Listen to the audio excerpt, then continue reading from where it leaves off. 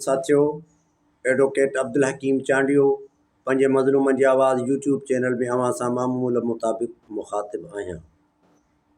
साथियों, अॼु मां तव्हां सां सिंध सां थींदड़ नाइंसाफ़ियुनि जे मुतालिक़ कुझु ॻाल्हि ॿोल कंदुसि।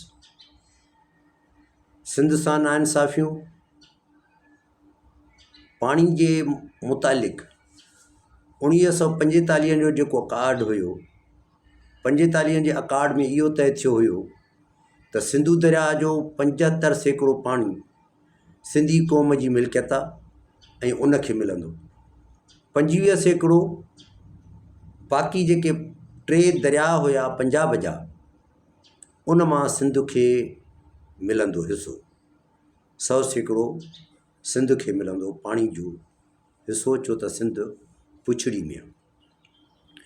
बदकिस्मती सां 1960 में सतलज, रावी ऐं ब्यास इहे मर्कज़ खपाए भारत खे ॾेई छॾिया। जॾहिं इहे खपाया विया त उहो 25% जेको असांखे पाणी मिलणो हुयो उहो असांजो बंदि थी वियो। बाक़ी बचो असांजो 75%, उहो बि मुख़्तलिफ़ टाइमनि ते चोरी थींदो रहियो ऐं हर साल पाणी जी खोट जे करे, पाणी जी अणहूंट जे करे सिंध में केतिरा झेड़ा थींदा आहिनि, सवें जानियूं ज़ाया थींदियूं आहिनि। पाणी जी खोट जे करे माण्हू पाण में विढ़ंदा आहिनि। UNO जो चार्टर बि इहो थो चवे त पाणी ते हक़ु जेको आहे उहो पुछड़ी वारनि जो आहे। असां हैदराबाद, जामशोरो ऐं मुख़्तलिफ़ बारून टंडोला यार असां लॉन्ग मार्च कयो कराची प्रेस क्लब ताईं। FTC बिल्डिंग खां रेंजर्स ऐं पुलिस असांजा रस्ता रोक कई। उन्हनि असांखे CM हाउस जे तरफ़ ॾे वञण जो खां रोकियो, जेतोणीकि असांजो इहो प्लानिंग बि कोन हुयो त असां CM हाउस जो घेराव कंदासीं, उते वेंदासीं। असां प्रोफेशनल माण्हू आहियूं, वकील आहियूं। असां पंहिंजो आवाज़ प्रेस क्लब ताईं महदूद रखण जी अॻ में ई प्लानिंग करे छॾी हुई त असांखे हितां जेको मार्च थींदो उहो प्रेस क्लब ते इख़्तिताम पज़ीर थींदो ऐं प्रेस क्लब ते ई असां जा जेके सामाईन हूंदा ऐं जेके मुक़र्रीन हूंदा उहो हुते ख़िताब कंदा, पंहिंजो मौक़िफ़ ॾींदा। उन प्रोग्राम में तमामु मकतब फ़िक्र जा माण्हू बि आया, सिविल सोसाइटी जा माण्हू बि आया, उन सां गॾोगॾु सहाफ़ी बि हुया। पर उते ओचितो शहीद ज़ुल्फ़कार अली भुट्टे जो पोटो, शहीद शाहनवाज़ जो पुटु ज़ुल्फ़कार अली जूनियर बि ओचितो अची वियो ऐं उनजे अचण जे करे तमामु उनजो शानदार इस्तक़बाल थियो ऐं वॾी क्लैपिंग थी, वॾी नारेबाज़ी थी। जेकी उन सां मुहबत कंदड़ माण्हू हुया उनखे एतिरियूं त चुमियूं ॾींदा रहिया, उनजा हथ चुमंदा रहिया, उनजे मथां गुलनि जी वर्खा कयूं, अजरक पारायूं, लुंगियूं पारायूं, पाण कद जो डिघो। ऐं इहो मुंहिंजो ज़िंदगी में शायदि त पहिरीं बाज़ाब्ता फिज़िकली लिटरली मुलाक़ात ई ज़ुल्फ़कार जूनियर सां, जंहिंसां मूं गॾु फ़ोटो बि कढाया। जेके गुलाम नबी चांडियो असांजो वकील साहब मोहतरम साईं, जेको सिंध यूनिवर्सिटी हाउसिंग सोसाइटी में रहे थो, असुल अबाणो ॻोठु हुनजो वारा आहे। संदसि जो तालुक़ु मारफाणी क़बीले सां आहे ऐं हींअर हू कुझु टाइम खां वठी स्क्रैप जो कारोबार थो करे दुबई में। उहो ई मां गॾु हुयासीं। असां हिते जामशोरे खां उन गुलाम नबी फ़ोटू कढिया। असां जा जेके दोस्त हुया जिन हुते ख़िताबु कयो, उन्हनि चिटी ॻाल्हि इहा कई त जेकॾहिं तव्हां काला बाग डैम खां वधीक ख़तरनाक जेको कैनाल असांजे सिंधु मथां जोड़ियो था, उहे असांजे बर्बादी जो हिकिड़ो पैगाम आहिनि ऐं हिकिड़ो तबाही जो पैगाम आहिनि, उन्हनि खे असां कॾहिं बि क़बूल कोन कंदासीं।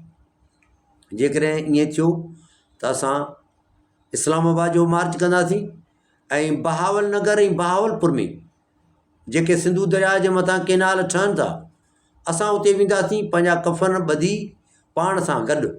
पोइ इहो असां इहो वाइदो था करियूं त उतां वापसि असां न ईंदासीं जेसिताईं उनजो कमु बंदि न करायूं। साथियो, सिंध जी गवर्नमेंट पीपल्स पार्टी जी जेका चोथों दफ़ो उन्हनि खे मिली आहे ऐं चोथों दफ़ो उहे इक़्तिदार में आहिनि। माना हाणे 20 सालनि जे लाइ ॼण त किंगडम आहे, शहनशाह आहे। उहे तुंहिंजा वुज़रा साहिबान ईअं चवनि था त असां कॾहिं बि सिंधू दरिया जे मथां केनाल ॾियणु कोन ॾींदासीं। इवन सिंध जो CM मुराद अली शाह, साईं सैद अब्दुल्ला शाह जो चश्मो चराग, जंहिंजो त दर्द सिंध सां तमामु घणो हूंदो हुयो, जेके पंहिंजनि माण्हुनि खे चवंदो हुयो कराची छो नथा अचो, कराची आबाद छो नथा अचो, हिते पाणी बि कोन्हेव, ज़मीनूं बि गैराबाद अथव, इलाइक़ा बि जेके आहिनि उहे तबाही जो मंज़र था पेश करनि, घर बि सुठा कोन्हनव, मानी बि सुठी नमूने सां खाई कोन था सघो, पोइ कराची छो नथा अचो त उते तव्हांखे आबाद करियूं। बाबा जेकॾहिं जहिड़े जी ॻाल्हि आहे, तव्हां चओ था त कराची में असां मारिजी वेंदासीं, त पोइ हिते बि त तव्हां पाणी जे करे मारिजो था। असां पाणी जे के तो छा ॾेई छॾी, मुंहिंजी पाणी जी मोक खे तो बंदि करे छॾियो, तो पलाल जो लूल जेको आहे उहो पाणी जो में विझी छॾियो ऐं मुंहिंजो वाह तो बंदि करे छॾियो ऐं मुंहिंजी बनी सुकी वई। उते बि तव्हां कुआड़ियूं हणी बंदूकूं हणी हिक ॿिए खे मारींदा आहियो। उहो कहिड़ो मौत आहे? तव्हां कराची अचो, पंहिंजे शहरनि खे तव्हां आबाद कयो। उनजो पुटु सैद मुराद अली शाह सिंध जो CM आहे। असुलु ॻाल्हि इहा आहे त एतिजाज करणु प्रोफेशनल्स माण्हुनि जो, शागिर्दनि जो, जंहिं सिंध यूनिवर्सिटी में एतिजाज कयो उन्हनि जे मथां लाठीचार्ज थी, शेल थिया, उन्हनि जे मथां ATC जा के कलम लॻाए करे उन्हनि ते FIR दाख़िल कई वई। टंडोजाम यूनिवर्सिटी वारनि कयो। कराची में उन्हनि जॾहिं असां प्रेस क्लब में वियासीं त ज़ेबुल वारा जेके Shaheed Zulfikar Ali Bhutto university of law, उतां जा बि स्टूडेंट्स आया हुया, जंहिंजे हथनि में वॾा हिकिड़ा झंडा हुया ऐं उन्हनि जे हथनि ऐं उन्हनि जी सुज़ुकी ते हिकिड़ा वॾा स्पीकर हुया, जेके तमामु घणा जज़्बाती अंदाज़ में पंहिंजा नारा हणी रहिया हुया। टंडोजाम जा शागिर्द रोडनि ते निकिरी आया आहिनि, घोटकी जा शागिर्द रोडनि ते निकिरी आया आहिनि। सिंध सॼी जा माण्हू जेके आहिनि उहो केनालनि जे ख़िलाफ़ु रोडनि ते सरापा एहतिजाज आहिनि। ॻाल्हि इहा आहे त हुकूमत अवाम ठाहींदो आहे, हुकूमत अवाम ॾींदो आहे, हुकूमत माण्हुनि जे लाइ हूंदी आहे, हुकूमत माण्हुनि जी हूंदी आहे, हुकूमत माण्हुनि लाइ हूंदी आहे। इट इज़ कॉल्ड इंटरप्रिटेशन और डेफिनेशन ऑफ डेमोक्रेसी। जमहूरियत जी तारीफ़ इहा आहे, अब्राहम लिंकन इहो ई चयो आहे, माण्हुनि जी हुकूमत, माण्हुनि लाइ हुकूमत, माण्हुनि साण हुकूमत। पर हिते ईअं आहे त जेके माण्हू चूंडिजी ईंदा आहिनि उहे लांग बूटनि जे ताउन सां चूंडिबा आहिनि ऐं लांग बूट वारा जॾहिं उन्हनि खे ग्रीन सिग्नल ॾींदा आहिनि तॾहिं उहे हुकूमत में ईंदा आहिनि ऐं उहे हुकूमत ठाहे करे असांजे मथां राज कंदा आहिनि। पर एक्चुअली माण्हू उन्हनि खे वोट कोन कंदा आहिनि। हिते उन्हनि खे आरोज़ खटाईंदा आहिनि। हिते उन्हनि खे जॾहिं जुडिशरी जा आयाम हूंदा आहिनि त जुडिशरी बि उन्हनि खे खटाईंदी आहे, छो त जुडिशरी बि पिणु ताबे आहे। जुडिशरी ताबे आहे हितां जे जनरलनि जी।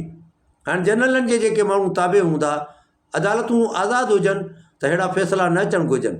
दुनिया में अदालतूं आज़ादु आहिनि, पर हिन मुल्क में बदकिस्मती सां अदालतूं आज़ादु कोन आहिनि। उन जे करे जेके कुझु लांग बूटनि वारा हुनखे चवंदा आहिनि उहो ई कंदा आहिनि। त ॻाल्हि पए कईसीं पहिरियां साथियो त असां जे हक़नि सां ऐं असांजी बुनियादी जेके धरती जे ॼावनि जा राइट्स आहिनि उहे सबोताज थियल आहिनि। उन्हनि पंहिंजे वसीलनि जा असां मालिक न आहियूं। असांजो गैस निकिरे असां वटि कोन्हे। इहो तइ थियल आहे त जिते गैस निकिरंदो उते स्कूल खुलंदा, इस्पतालूं खुलंदियूं, रोड ठहंदा, बेसिक हेल्थ यूनिट खुलंदा, माण्हुनि खे कुझु मिलंदो। पर तव्हां ॾिसो सांगड़ में, टंडोजाम में, कादरपुर में, सां गॾोगॾु पनवाकिल जे तरफ़ ॾे घोटकी में जेके एॾा वॾा वॾा 72 खूह गैस जा निकिरनि था, उन मां जेके कमाई आहे उहा असांखे मिलंदी आहे, कोन मिलंदी आहे, उहा वफ़ाक़ खे मिलंदी आहे। ऐं वफ़ाक़ जी मर्ज़ी आहे त उहे छा ते बि ख़र्चु करे। ऐं ज़ाहिर आहे त वफ़ाक़ जा जेके पैसा आहिनि उहे ख़र्चु थींदा आहिनि पाकिस्तान जी अस्करी कुवत जे तवसुस सां। उन्हनि खे राज़ी कयो वेंदो आहे। ISI खे राज़ी करिणो आहे मिलिट्री इंटेलिजेंस खे राज़ी करिणो आहे, फ़ौज खे राज़ी करिणो आहे, तॾहिं असां वटि इक़्तिदार महफ़ूज़ रहंदो। जॾहिं ही प्रेशर डेवलप थियो आहे, असां लॉन्ग मार्च करे आयासीं कराची खां, ऐं उते लॉन्ग मार्च में मीर मुर्तज़ा भुट्टे जे पुट, शहीद जे पुट जॾहिं ॻाल्हाइणु शुरू कयो त हुन वाज़ ऐलान कयो त मारियो इस्लामाबाद वारनि खे जिन सिंध जे वसीलनि ते कब्ज़ो कयो आहे। ऐं सिंध जी पीपल्स पार्टी जेका आहे, जेका इक़्तिदार में आहे, उन तमामु सिंधी क़ौम सां वेसागाती कई आहे। असां बहैसियत या बहैसिल क़ौम, असां जी क़यादत जेका आहे बदकिस्मती सां पाकिस्तान पीपल्स पार्टी वटि आहे। ऐं पाकिस्तान पीपल्स पार्टी जो कॾहिं बि इहो मंशूर ई कोन रहियो आहे त सिंधी क़ौम सां उनखे सचाई करणु घुरिजे।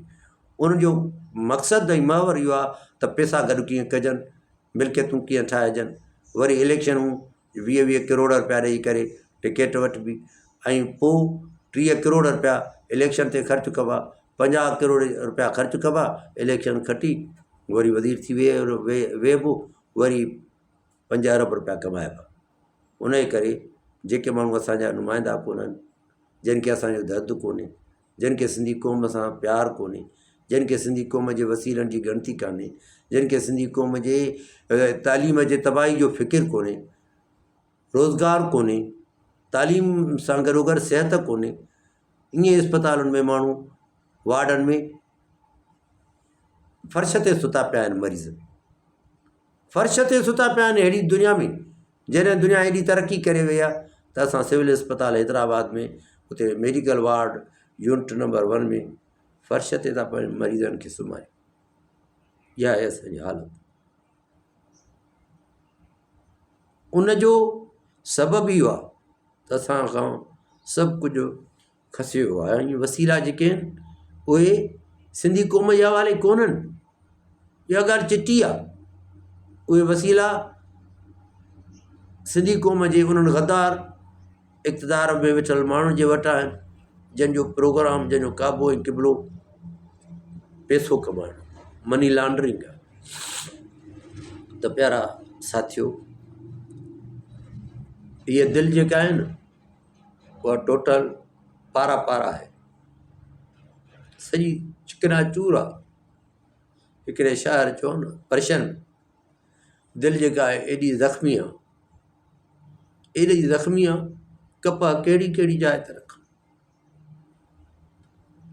तालीम वई, सिहत वई, रोज़गार वियो, इंसाफ़ वियो, इंफ्रास्ट्रक्चर वियो, बिरादरियूं वियूं, मुहबतूं वयूं, रिश्ता विया, सभु कुझु वियो, कुझु न बचो। बचो त ग़म बचो, बचो त दर्द बचो, बचो त ॾुख बचो, बचो त हिन उमिरि में सूरनि खां सवाइ ॿियो कुझु न बचो।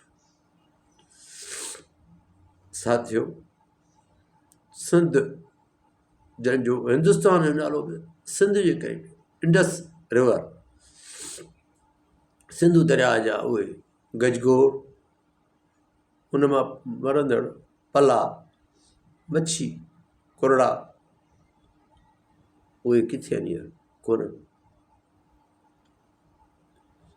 शहर जेके आहिनि उन्हनि में आबादी असांजी घटि आहे, उन में मुंहिंजी ॿोली अमड़ वारी एतिरी कोन थी ॻाल्हाई वई। मां ॾाढो बहादुर माण्हू आहियां, ॾाढो बहादुर आहियां, पर अॼु मां पंहिंजे हिन वीलाग में जेको रोआं थो, समाज जी बेहिसी, इक़्तिदार में वेठल माण्हुनि जी धरती सां गद्दारी, ऐं क़ौम जो वरी उन्हनि जे पोयां अखियूं ॿूटे हलणु, उन जे करे उदास थियो आहे।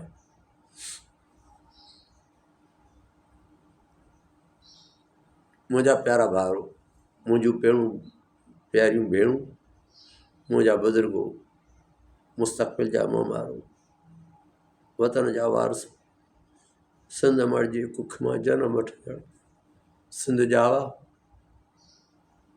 अचो कल्ह ते खणी सदर ममलिकत इहो ऐलान कयो आहे त मां इहो नथो चाहियां त सिंधु दरिया जे मथां केनाल अॼा वञनि, पर तव्हांजे न चाहिण सां छा थींदो? तव्हां नथा चाहियो, इहा तव्हांजी मंशा आहे, पर ठाहिण वारा त तव्हां न आहियो। भली तव्हां सदर वेठा हुजो, वधि में वधि ईअं त सदर फारूक लगारी बि हुयो, ममनून हुसैन बि हुयो, आरिफ अलवी बि हुयो, अहिड़ा बि सदर हुया जिन खे केरु पुछंदो बि कोन हुयो। तव्हांजी हैसियत खणी इन जे करे थी सघे थी त सिंध में हुकूमत तव्हांजी आहे, बलोचिस्तान में हुकूमत तव्हांजी आहे, तव्हां सिंध सां पार्टी जेका आहे उन जा को चेयरमैन आहियो, तव्हांजो पुटु पार्टी जो चेयरमैन आहे, इन करे उन तव्हांजी आवाज़ खे कुझु अहमियत मिले। पर जेके जनरल आहिनि जंहिंजो प्रोग्राम ई हीअ हाफ़िज़ आसिम मुनीर जो आहे, जेको चीफ ऑफ आर्मी स्टाफ आहे, त सिंधु दरिया जे मथां केनाल ठाहियो, चोलिस्तान जी ज़मीन खे आबाद करियो, इहो कहिड़ो कानून आहे?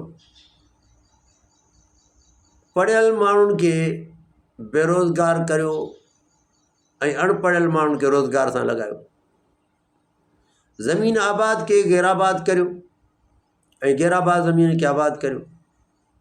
छा हीउ मुल्क तव्हां ठाहियो? हिन मुल्क ठाहिण में तव्हांजो रोल आहे? हिन मुल्क ठाहिण में तव्हांजो को किरदारु आहे? पाकिस्तान ठाहियो त बंगालियुनि ऐं सिंधियुनि हुयो, बंगालियुनि सां ज़ुल्म करे उन्हनि खे तव्हां कढी छॾियो, सिंधियुनि सां ज़ुल्म जारी अथव, बलोचनि सां ज़ुल्म जारी अथव। मक़सदु छा आहे? असां नथा चाहियूं त हिन मुल्क में अहिड़ी का भयानक सूरत हाल जनम वठे जेका तव्हांखे असांखे सभिनी खे जलाए छॾे। जॾहिं असां जलंदासीं त इस्लामाबाद में रावलपिंडी में वेठल हुकुमरानो ऐं लांग बूटनि वारो तव्हां बि न बची सघंदो, तव्हां बि जली ख़ाक थी वेंदो। ऐं हारमनी में मज़ो आहे, ब्रदरहुड में मज़ो आहे, हक़ सभिनी क़ौमुनि खे बराबरी जे बुनियादनि ते ॾिना वञनि। हीउ मुल्क फेडरेशन आहे, फेडरल यूनिट्स आहिनि, 4 यूनिट्स आहिनि, सिंध, पंजाब, बलोचिस्तान, KPK। ये चारई क़ौमूं आहिनि जंहिं गॾिजी करे हिकु पाकिस्तान जे ढांचे में रहण जी हिकिड़ी एग्रीमेंट कई आहे। उन एग्रीमेंट खे सबोताज न करियो ऐं उन एग्रीमेंट खे निभायो। ऐं वकील तमामु प्रोफेशनल आहिनि, इंजीनियर, डॉक्टर, वकील, इहे एहतिजाज घटि कंदा आहिनि। पर जॾहिं इहे माण्हू सरापा एहतिजाज थी हैदराबाद खां कराची ताईं मार्च कनि त असांखे केनाल न खपनि। ऐं डॉक्टरनि जी बि शुरूआत थी चुकी आहे, इंजीनियरनि जी, उस्तादनि जी, शागिर्दनि जी, आबादगारनि जी, सहाफ़ियुनि जी, सिविल सोसाइटी जी, सभई चवनि था असांखे केनाल न खपनि। हर मोड़ ते तव्हां माण्हुनि खे मायूस था करियो, उन्हनि खे परेशान था करियो। मां उमेद थो करियां त अहिड़ी ज़्यादतुनि खां बाज़ ईंदव। साथियो, जेकर मुंहिंजो हीउ चैनल तव्हांखे पसंदि अचे, सब्सक्राइब कजो, शेयर कजो ऐं मुंहिंजो सॼो हीउ व्लॉग ॿुधिजो। ऐं मुंहिंजो हीउ प्रोग्राम उन जे करे आहे, अॼु मां जेको रोई वेठो आहियां, मथां मूंखे मायूस सम्झो, कमज़ोर सम्झो, मां मायूस बि न आहियां, कमज़ोर बि न आहियां, पर इंसानु आहे, कॾहिं रोअंदो बि आहे, कॾहिं खिलंदो बि आहे। महिरबानी साथियो।